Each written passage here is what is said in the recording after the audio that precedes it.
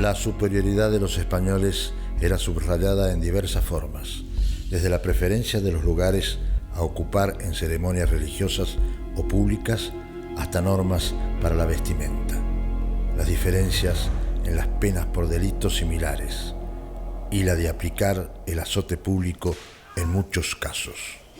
Costumbre que regían el comportamiento de cada ser humano según su casta, desde el servicio de las armas a la educación, desde el trabajo a las actividades recreativas.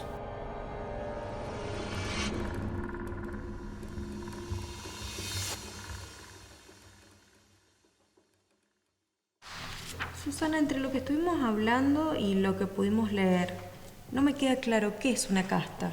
Bueno, una casta es una organización que pretende ser cerrada, una organización de la sociedad que pretende ser cerrada, que no haya movimiento, no haya movilidad social de una clase social a otra.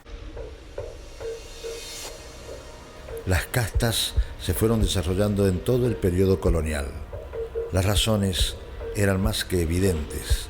La formación de los núcleos familiares comenzaron a mutar de tal manera que traían aparejados ciertas obligaciones. Mucho tiempo después, Argentina decide contemplar la Ley de Libertad de Vientres, donde se enfatiza que toda persona nacida en territorio argentino es libre, brindando derechos que hasta ese momento no se entregaban. Las mujeres puntanas, ¿qué llevaban adelante? ¿Qué actividades llevaban adelante para poder ayudar a los hombres en la lucha? Y bueno, ellas hacían los tejidos, después en algunos momentos tenían que dedicarse a la agricultura, en algunos momentos cuando los hombres no estaban, pero además, imagínense que en el tiempo de la Revolución de Mayo, la ciudad de San Luis fue un lugar de apostamiento de tropas, o sea, el lugar donde hubo parte de las tropas del ejército que iba a llevar San Martín. Sí. Y bueno, a esa parte del ejército había que mantenerlo. Entonces, las mujeres tenían que ayudar en las tareas, en la comida, en distintos tipos de cosas, aparte de los hijos que ellas tenían y que tenían que atender su casa y atender su marido.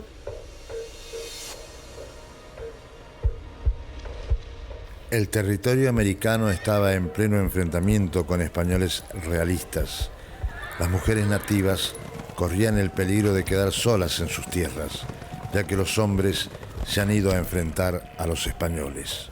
El peligro inminente de que sean atacadas y usurpadas era latente.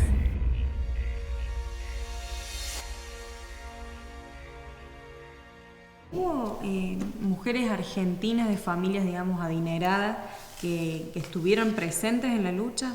Y mirá, gente, por ejemplo, Mariquita Sánchez, ella era una mujer muy culta, pero además era una rebelde. Claro. Ustedes saben. ¿Salía también en la calle?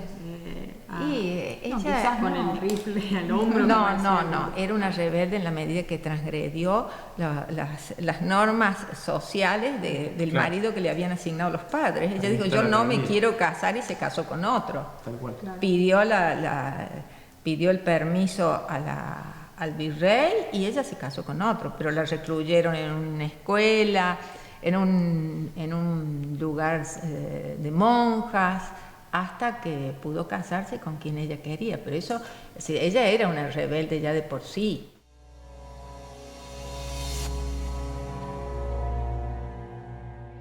Lucharon decenas de miles de mestizas, indígenas y negras. Las campesinas e indígenas colaboraron con los guerrilleros patriotas, proporcionándoles albergue e información sobre los movimientos de las tropas realistas. Fueron acciones efectivas en favor de la lucha de la independencia. La reproducción gratuita de la fuerza de trabajo para mantener las cosechas durante la guerra y proporcionar los hombres para los ejércitos libertarios constituyó importantes tareas.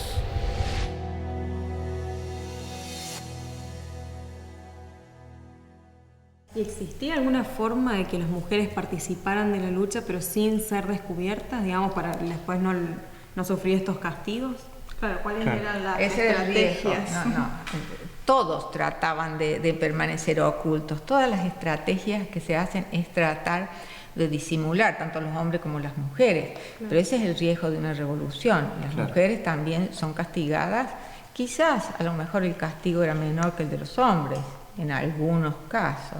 Sí, pero se las condenaba a la horca, se las colgaba. Sí. Bien.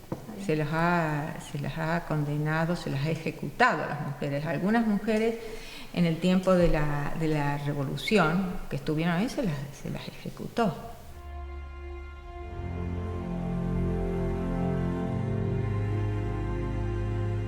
Muchas fueron hijas, esposas, madres y hermanas de hombres notables que buscaban reformar el panorama político y social de la época.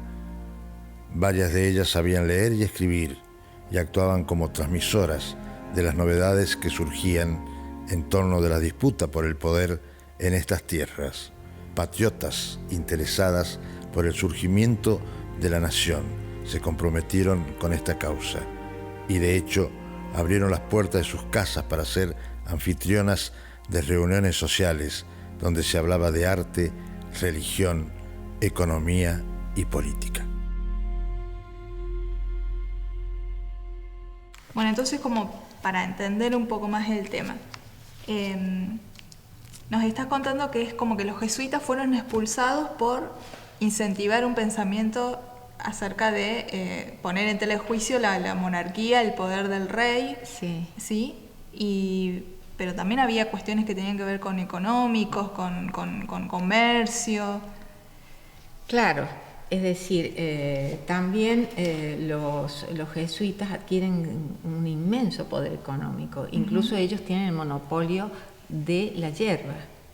Ajá. Entonces, es algo que es como que es un poder económico que está dentro de un reino y como que comienzan a circular versiones de que están adquiriendo demasiado poder y que pueden llegar con las nuevas ideas poder llegar a que ellos alimentan la independencia de España, que alimentan en cuanto a enseñarle a los aborígenes otras cosas, le cambian el pensamiento a los aborígenes y que alimentan la cuestión de la independencia y de formar a lo mejor otro estado.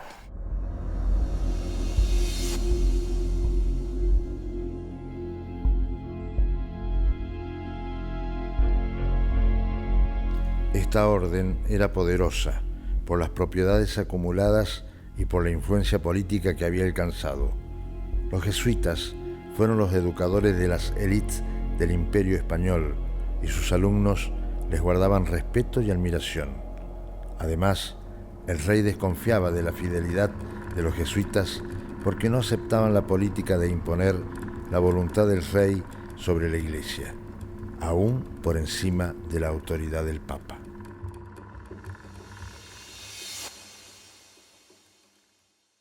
Viene toda una gran decepción por parte de los aborígenes, porque creen que los han traicionado los sacerdotes y terminan desintegrándose gran parte de se empiezan a desintegrar las reducciones creadas por los jesuitas.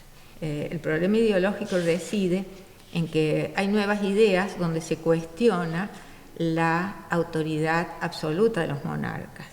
O sea que ya algunos jesuitas y algunos otros sacerdotes, entre ellos unos dominicos, dicen que ya la autoridad del rey no deviene del derecho divino. No es Dios, no están en el reino porque Dios lo decidió así. Entonces, al decidirlo Dios, ellos eran intocables, los monarcas. Se comienza a cuestionar la legitimidad de la monarquía.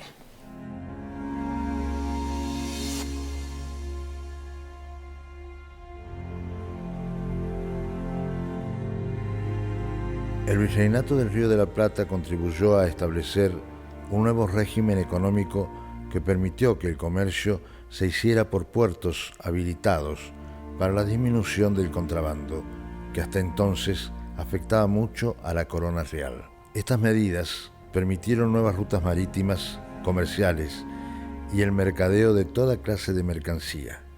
Las reformas borbonas contribuyeron a la creación de los virreinatos, siendo las consecuencias de reformas mucho más profundas que abarcaron diferentes posiciones, tanto religiosas, administrativas y económicas, durante mucho tiempo.